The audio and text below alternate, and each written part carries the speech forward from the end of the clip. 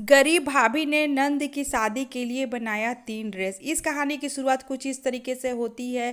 Poonam customer का blouse सिलती है, उसमें डोरी नहीं लगा था, वो डोरी लगाने जाती है, तभी उसकी सासू माँ आती है उधर से माधवी और बोलती है दिन भर खटर पटर करती है, गरीब कहीं की, केवल दूसरों पे ध्यान है, कभी अपनी सासू माँ पे भी ध्यान दिया कर, चाय लेकर के आ। तो पूनम बोलती है मैं अभी आपके पास चाय लेकर के गई थी, लेकिन आप सुषमा आंटी से बातें कर रही थी, इसीलिए मैंने आपको चाय नहीं दिया। तभी वो माधवी अपना हाथ उठाती है पूनम को मारने के लिए, तभी वहाँ पे पूजा आकर के अपनी मम्मी का हाथ रोकती है और बोलती है मम्मी तुम ये क्या कर रही हो, भाभी अपना मेहनत से काम कर रही है तो फिर तुम उसे मार क्यों रही हो। तभी वहाँ पे उसके ससुर जी आते हैं और बोलते हैं तुम गरीब गरीब करती हो और इसके ब्लाउज सिलने का मजाक उड़ाती हो। पैसा जोड़ जोड़ कर मेरी बहू ने 1 लाख रुपया जमा किया है पूजा की शादी के लिए। इतना बात सुनने के बाद माधवी वहाँ से चली जाती है और फिर पूजा आकर के बोलती है कि भाभी मम्मी की बात का बुरा मत मानिएगा। तो पूनम बोलती है कि मम्मी जी बिल्कुल सही कह रही हैं, अगर अमीर बहू आती तो घर में महंगे महंगे सामान लेकर के आती, लेकिन मैं गरीब थी और मैं अपने साथ कुछ भी लेकर के नहीं आई। ससुर जी बोलते हैं कि बेटा तुम्हारे अंदर वो हुनर है, लेकिन तुम्हारे इस हुनर को कोई पहचान नहीं पा रहा, एक दिन तुम्हारे हुनर को पहचान जरूर मिलेगा। इस बात को सुनकर पूनम को थोड़ा सा संतोष मिलता है और वो ब्लाउज में डोरी लगाना पूनम ब्लाउज में डोरी लगाकर साइड में रख देती है और खाना बनाने के लिए जाती है। पूजा भी साथ में जाती है, सब्जी कट करके अपनी भाभी का हेल्प करती है। तभी सुषमा आंटी आती है और बोलती है अगर बेटा ब्लाउज सिल गया है तो मुझे दे दो। तो पूनम बोलती है कि हाँ आंटी जी आपका ब्लाउज सिल गया, मैं लेकर के आती हूँ। सुषमा जब ब्लाउज को हाथ में लेकर देखती है तो बोलती है बेटा तुमने ब्लाउज तो बहुत अच्छी बनाई है, जब मैं पहनूंगी तो आस पड़ोस के लोग जल भून जाएंगे। वो पैसे देकर चली जाती है। तभी वहाँ पे शीला आंटी आती है एक हाथ में छोटे बच्चे का गाउन लेकर और बोलती है कि बेटा इस गाउन में थोड़ा सा खरोच लग गया और मेरी पोती पहन नहीं रही है, इसे बना दे। पूनम फटाफट सुई धागा लेकर बनाने लगती है। तभी वहाँ पे माधवी आती है और बोलती है खाना पानी नहीं बनाना है, गरीब कहीं की, जब देखो तो सिलाई बुनाई कढ़ाई लेके बैठ जाती है। तो शीला आंटी बोलती है बेटा 1 घंटे के बाद दे देना बनाकर, अभी तुम खाना बना लो। पूनम फटाफट जाती है किचन में और खाना बनाने लगती है। खाना बनाने के बाद वो आकर गाउन में कढ़ाई कर देती है। जब शीला आंटी आती है और उस गाउन को उठाकर देखती है तो कहाँ पे फटा था पता भी नहीं चलता है। फिर वो उस कढ़ाई के पैसे दे करके चली जाती है। पूनम उस पैसे को लेकर एक बॉक्स में रखती है और कुछ दिन बीतता है और पूजा की शादी एक अमीर घर में तय हो जाती है। शादी की तैयारी शुरू हो गया था, घर में काम बढ़ जाता है, चारों ओर साफ सफाई और साज सजावट चालू हो जाता है। पूनम अपने पति के साथ पूजा की कपड़े की शॉपिंग करने जाती है और वहीं पे उसका भाई उसे मोतियों का और फूलों का सेट दिखाता है कि ये लो बहन तुम्हारी मेहंदी और संगीत के लिए ये कैसा रहेगा। शॉपिंग करके जब सभी लोग घर आते हैं तो माधवी बोलती है कि दिन भर खटर पटर करके सिलाई करती है, अब गरीबों वाला कपड़ा शॉपिंग करा के लाई है मेरी बेटी को। तो पूजा बोलती है नहीं मम्मी, भाभी ने 30,000 की आज खरीदारी की है, 10-10 हज़ार का लहंगा मेरा मेहंदी और संगीत के लिए खरीदा है।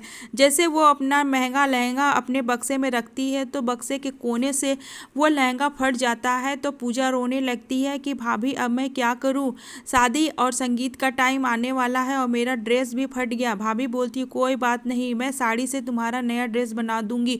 वो पीला साड़ी लेकर के मेहंदी और हल्दी का ड्रेस बनाना स्टार्ट करती है और फिर साथ में और कस्टमर का भी कपड़ा सिलती है ताकि 2-4 पैसे हाथ में आ जाए। और जब समय बचा उस समय में वो जाकर के शादी की तैयारी भी करती है। एक एक दिन करके बीतता है और हल्दी की रस्म चालू हो जाता है। हल्दी में पीला रंग का लहंगा और मेहंदी में ग्रीन कलर का लहंगा पूनम अपने हाथों से सिलकर अपनी ननद को पहनाती है।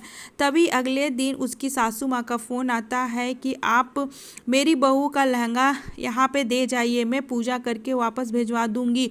तो माधवी बोलती है हमारे घर का रिवाज नहीं है, लड़का के साइड से लहंगा आता है। लेकिन लड़का वाला साफ इनकार कर देता है कि लड़की के घर से ही लहंगा आएगा। माधवी अपने बेटे को बताती है तो वो बोलते हैं कि नया नया मांग कर रहे हैं लड़के वाले, अब लहंगा कहाँ से आएगा।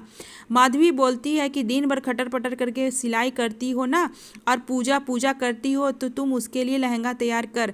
तो उसका भाई बोलता है माँ तुम गजब बात कर रही हो, पूनम कहाँ से लहंगा तैयार करेगी। पूनम बोलती है कोई बात नहीं है माँ जी, मैं ज़रूर से ज़रूर पूजा के लिए लहंगा तैयार करूँगी। वो तुरंत मार्केट जाती है और लहंगा बनाने का सामान खरीद कर लाती है, लेस, कपड़ा, मोती और फिर जो भी लहंगा में चाहिए वो सारी चीज़ें वो खरीद कर लाती है। 2 दिन कड़ी मेहनत करती है, खाने का भी टाइम नहीं मिलता है। पूजा अपने हाथों से खाना खिलाती है। रात के 1 बज जाता है।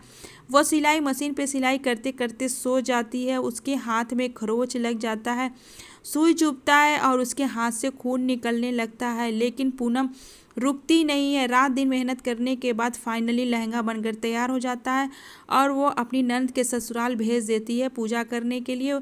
तो उसकी सासू माँ लहंगा का और चूड़ा का पूजा करके वापस दोपहर में भिजवा देती है। और यहाँ पे पूजा अपने भाभी का बना हुआ लहंगा पहनकर तैयार हो जाती है। तो माधवी देख के बोलती है अरे वाह पूजा, तुम्हारी भाभी ने तो बहुत अच्छा लहंगा बनाया है। तो पूजा बोलती है कि मम्मी तुम तो यूं ही भाभी को डांटते रहती हो, देखो भाभी ने कितना सुंदर लहंगा बनाया।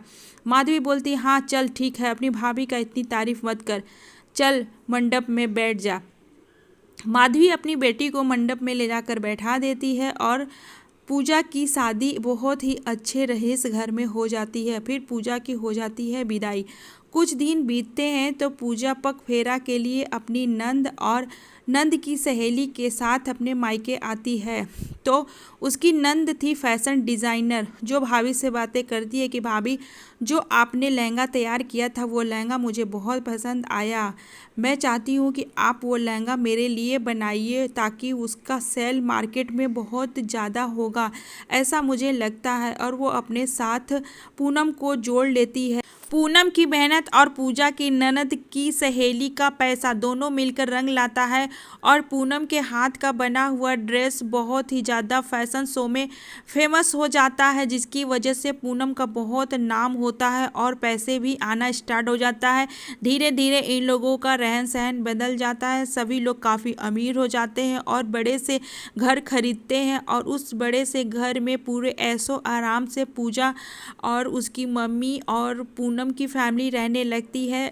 तो फिर माधवी बोलती है पूनम बेटा मुझे माफ़ कर दो, मैंने तुम्हारे टैलेंट का हमेशा मजाक उड़ाया, आज तुम्हारे इस टैलेंट के दम पे ही हम लोग इतना अमीर हो पाए हैं।